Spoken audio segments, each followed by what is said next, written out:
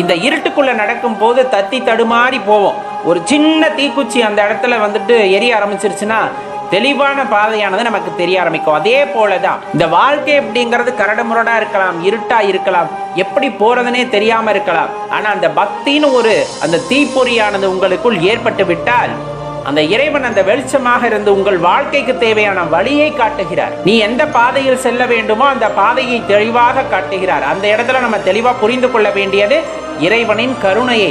இறைவனின் கருணையை, அந்த கருணையானது உங்களுக்குள் இருக்க வேண்டும். ஏன்னா பல கஷ்டங்கள் நாம் படும் பொழுதும் வாழ்க்கை அப்படின்னு வந்துட்டாலே கஷ்டம் இருக்கத்தான் செய்யும்.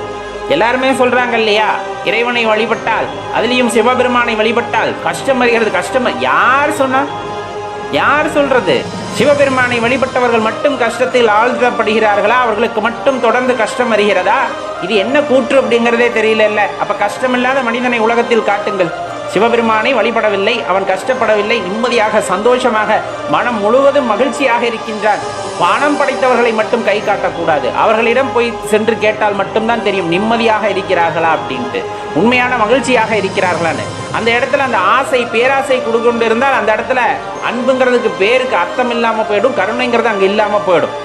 நான் சொல்றது தூய்மையான உள்ளத்தில் மகிழ்ச்சியாக இருக்க வேண்டும் அப்படின்னு நினைக்கிறவங்க சிவபெருமானை வழிபடுவார்கள்.